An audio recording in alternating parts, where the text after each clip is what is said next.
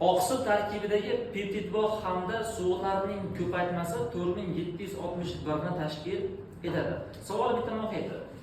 Nechta aminokislota bo'lishidan qat'iy nazar biz birini ayirsak, oqsil tarkibida nima kelib chiqadi? Peptid bog' hamda suv soni kelib chiqadi. Bu degani oqsil tarkibidagi peptid bog' va suvlarning nisbati necha bo'ladi? 1 ga 1, ya'ni teng bo'ladi. Endi savolda aytyapti, peptid bog' hamda suvlarning ko'paytmasi 4761 bo'lsa, peptid bog' ma'lummi? Yo'q. X. Suv ma'lummi? Yo'q. X.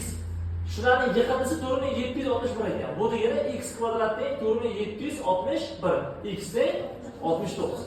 Demak, peptid bog' yoki suv soni nechta ekan? 69 ta. 69 plus 1 70 ta. Nima bu?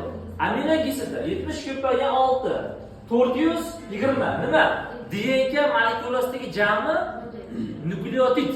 Endi savolda aytyapti, DNK tarkibida 25% guanin bor va umumiy vodorod bog'lar sonini toping. Bu degani 420 ni 4 dan 1 necha teng?